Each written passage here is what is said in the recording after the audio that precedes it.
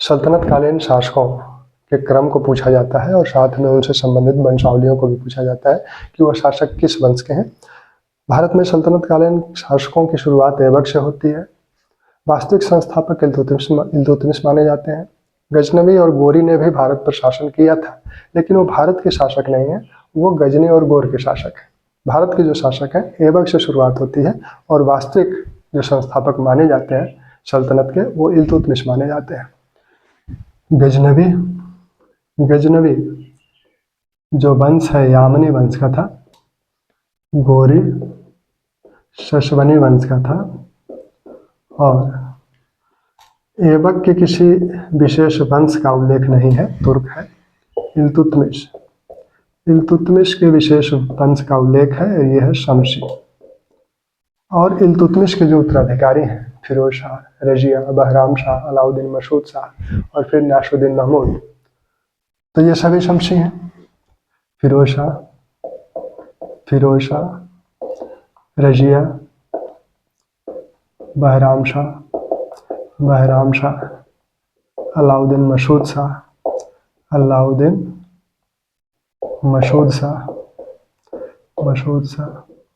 और नासरुद्दीन महमूद। तो ये इल्तुतमिश के उत्तराधिकारी हैं, ये सभी शमशी वंश के हैं। इसके बाद बलबन भी अपने को इलवारी तुर्क कहता है, ये भी इलवारी तुर्क है और बलबन भी अपने को इलवारी तुर्क कहता है कि मैं इलवारी तुर्क हूँ। बलबन के जो उत्तराधिकारी हैं, अब इनका काल यहाँ तक आ जाइए, कैकोबाद और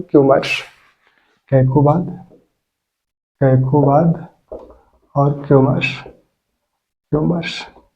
यहाँ तक ये पूरे माना जाता है कि गुलाम वंश के शासक है, गुलाम वंश के शासक इन्हें कहा जाता है। और इसमें जो गुलाम है ऐबक और इल्तुतमिश, ये गुलामी से मुक्त हो चुके थे। ऐबक और इल्तुतमिश गुलामी से मुक्त हो चुके थे, इन्हें गुलाम वंश कहा जाता है। प्रोफेसर हबीबुल्लाह कहते हैं एक नया नाम देते हैं, मामलुक वंश। एक नया नाम देते हैं मामलुक वंश। मामलुक वंश का मतलब, मामलुक का मतलब है कि स्वतंत्र माता पिता के दास बच्चे हैं, यानी इनके माता पिता सबके स्वतंत्र हैं और ये लोग दास बने तो वो मामलुक कहते हैं। हालांकि दास तो सभी हैं, लेकिन ये लोग स्वतंत्र हो चुके हैं, ऐबक भी और इल्तुतमिश भी, और सब लोग दास थे। ये जो है अब इनके ये सभी पुत्र हैं, इनके मान लीजिए फिरोज शाह पुत्र हैं, रजिया पुत्री है, तो इसमें तो ये तो दास है नहीं, दासता से मुक्त हो चुके हैं, तो सबको दास कहना उचित नहीं है। मामलुक सुल्तान, तो ये मामलुक सुल्तान है। 1206 से यहाँ से शुरुआत होती है और 1290 यहाँ आके ये समाप्त होता है मामलुक वंश। 1290 तक मामलुक वंश समाप्त हो जाता है। इसके बाद मामलुक वंश के बाद खलजी वंश के पहले जो सुल्तान है फिरोज शाह खलजी, तो खलजी वंश जलालुद्दीन, फिरोज शाह, खिलजी या खलजी, दोनों शब्द मिलते हैं, खिलजी या खलजी। इनको अफगान माना जाता है। एक मान्यता है कि ये अफगान है, लेकिन ये तुर्क ही है। दरअसल ये अफगानिस्तान के हेलमंड घाटी में पहले से आकर बस गए थे और वहाँ से ये भारत आए, तो एक भ्रम लोगों का रहा कि ये अफगान है, लेकिन अब ये माना जाता है कि अफगान नहीं है, ये भी तुर्क ही है, तो ये भी तुर्क जाति से ही है। अब इसमें 1290 से 96 तक फिरोज शाह शासक रहे। इसके बाद अलाउद्दीन खिलजी 1296 से लेकर 1316 तक, 1296 से लेकर 1316 तक अलाउद्दीन खिलजी शासक है। इसके बाद मुबारक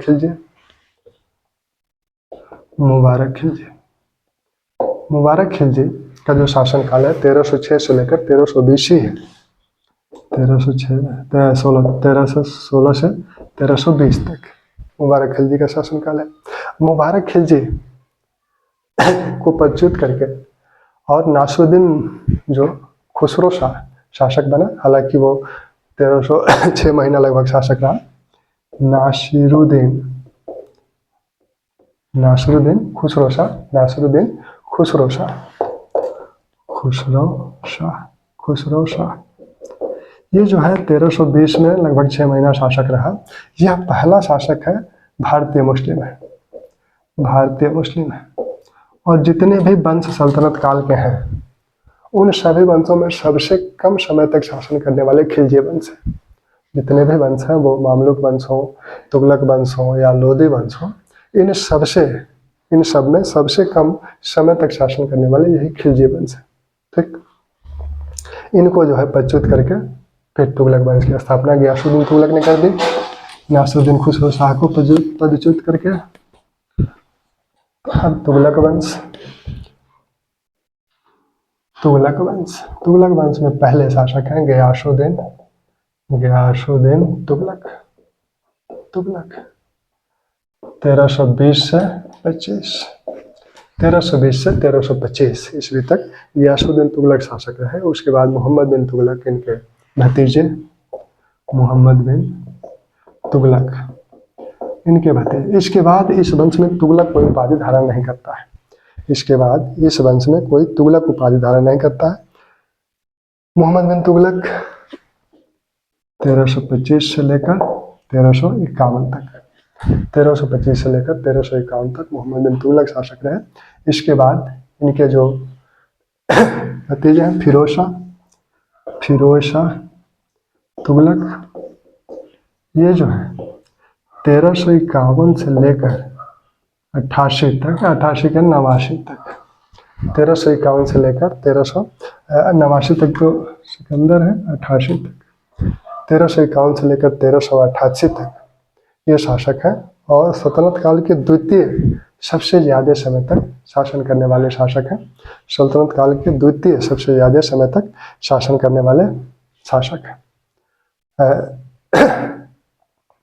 इसके बाद जो सबसे पहला शासक है ज़्यादा दिन तक शासन करने वाला, पहले स्थान पर जो है वो बहलोल है। वो बहलोल लोदी हैं, जो कि लगभग 1451 से लेकर और 1489 ईस्वी तक वो शासन करते हैं। ये 1351 से 1388 तक, एक वर्ष इनसे कम है। वो लगभग 38 साल करते हैं, लगभग 37 साल शासन करते हैं। फिरोज शाह तुगलक के बाद इनके जो उत्तराधिकारी हैं, ढेर सारे उत्तराधिकारी हुए फिरोज शाह तुगलक के। फिरोज शाह ने जिसको अपना नासिरुद्दीन महमूद शाह को अपना उत्तराधिकारी चुना था, अपने पुत्र को, लेकिन वह उत्तराधिकारी नहीं बन पाया। अमीरों ने उसका समर्थन नहीं किया। तब जो है तुगलक शाह इनके बाद शासक बने। तुगलक शाह के बाद अबू बकर शासक बना। फिर नासिरुद्दीन, जिन्होंने अपना उत्तराधिकारी चुना था, वो शासक बना। नासिरुद्दीन महमूद शाह तीसरे नंबर पे आया। और फिर इसके बाद अलाउद्दीन सिकंदर शाह, इनके बाद अलाउद्दीन सिकंदर शाह शासक बना। और इसके बाद जब इसका निधन हो गया तो इसके भाई नासिरुद्दीन मोहम्मद शाह नासिरुद्दीन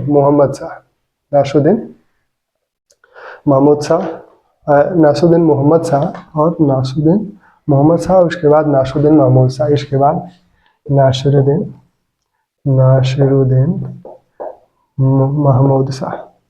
महमूद शाह ये शासक था। इसी समय फिरोज तुगलक के एक और पुत्र जो है आ गए,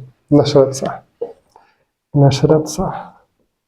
ये सारे अयोग्य उत्तराधिकारी हैं फिरोज शाह के। और यहाँ तक आते आते हालत ये हो गया कि नसरत शाह फिरोजाबाद से शासन करता था और नासिरुद्दीन महमूद शाह दिल्ली से शासन करते थे। और इसी नासिरुद्दीन महमूद शाह के समय तैमूर लंका आक्रमण हुआ। एक तुर्क आक्रमणकारी तैमूर लंका आक्रमण इसी नासिरुद्दीन महमूद शाह के काल में हुआ था। 1394 से 1414 ईस्वी इनका जो काल है, 1394 से 1414 ईस्वी इनका काल है। और इसी काल में 1398 में तैमूर लंका आक्रमण हुआ। ये फिरोजाबाद से शासन कर रहे हैं और ये दिल्ली से शासन कर रहे हैं। इन्हीं लोगों के संदर्भ में कहा जाता है कि सुल्तान का राज्य दिल्ली से पालम तक है। सुल्तान का राज्य दिल्ली से पालम तक है। इन्हीं के संदर्भ में नासिरुद्दीन महमूद शाह के संदर्भ में कहा जाता है, इनके जो राज्य था इतना छोटा हो गया था। ठीक, अब यहाँ महमूद शाह के बाद या नसरत शाह के बाद दौलत खान लोधी सरदारों ने उसे शासक चुना, हालांकि बहुत कम समय तक रहा। दौलत खान लोधी बहुत कम समय तक शासक रहा। इसके बाद सैयद वंश का शासन शुरू हुआ।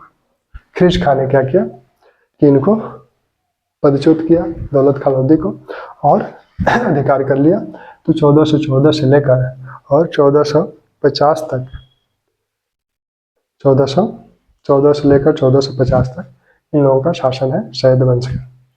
तो सैयद वंश में ख्रीज खां के बाद मुबारक शाह, फिर मोहम्मद शाह, फिर अलाउद्दीन आलम शाह, 4 शासक है। ये सैयद वंश के शासकों को क्रम पूछा जाता है। तो सबसे पहले खिज्र खां, इसके बाद मुबारक शाह, फिर मोहम्मद शाह और फिर अलाउद्दीन आलम शाह। 4 शासक हुए सैयद वंश में। 1414 से 1450 तक ये शासन किए। ठीक, इसके बाद अलाउद्दीन आलम शाह अपने वजीर से झगड़ा करके बदाऊं चला गया, वहां रहने लगा। तभी जो है बहलोल लोधी ने उसके वजीर की हत्या की और इन्हें आमंत्रित किया कि आइए दिल्ली में, लेकिन ये आए नहीं। तब 1451 में 1400 बाद में इनका 1476 में इनका निधन हुआ। लेकिन 1451 में ही जो बहलोल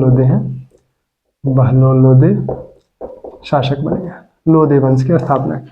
ख्रीज खां सैयद वंशों में जो खिज्र खां है, इन्होंने शाह की सुल्तान की उपाधि नहीं धारण की, क्योंकि तैमूर जब आया था तो मुल्तान, लाहौर, दीपालपुर का इन्हें प्रांतपति नियुक्त किया था, तो उसी के नाम पे ये शासन करते थे। बाद में सैयद वंशों में सबसे पहले सुल्तान की जो उपाधि धारण किया वो मुबारक शाह था, इसने शाह की उपाधि धारण की। बहलोल लोधी का शासन शुरू होता है 1451 से लेकर 1489 ईस्वी तक ये शासन करते हैं। लगभग 38 वर्ष का शासन है।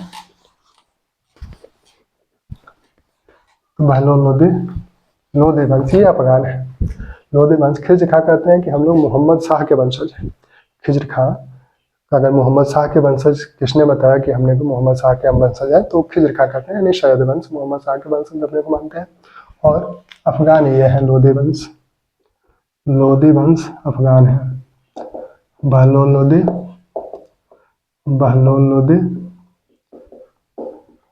1451 से लेकर 89 ईस्वी तक शासक रहे। और बहलोल लोधी के इन लोधी वंशों में कहा जाता है कि ये लोग गिलजाई, अफगानों का जो गिलजाई कबीला है, गिलजाई कबीले के शाखेल शाखा से हैं ये लोग। लोधी वंश के कहाँ से हैं? गिलजाई कबीला के शाखेल शाखा। अफगानों में ये शाखेल शाखा से हैं। इसके बाद बहलोल के बाद सिकंदर के बाद जो है इब्राहिम खान लोधी, सिकंदर लोधी और फिर इब्राहिम लोधी। सिकंदर शाह ने 1489 से लेकर 1517 तक शासन किया और 1517 से 1526 तक इब्राहिम लोधी ने। तो 1489 से 1517 तक और इन्होंने 1517 से 26 तक फिर बाबर ने इन्हें पराजित किया। तो ठीक, ये रहा सल्तनतकालीन शासकों का क्रम। और इनसे संबंधित जो वंश है वो एक वंशावली और याकूत की पूछी जाती है। याकूत जो कि अमीर आखुर था सुल्ताना रजिया का, वो उन्हें घोड़े पर चढ़ने में सहायता भी करता था। तो कुछ लोगों ने उन पर, तत्कालीन इतिहासकारों ने ये कहा था कि याकूत उनका प्रेमी है। तो याकूत जो था वो अबिसिनियाई हबशी था। इसे मंगू के विषय में पूछा जाता है। तो मंगू मंगोल था। मंगोल में और जो नाम आते हैं तारगी का, शल्दी का, कादर खां का, ये सब मंगोल थे।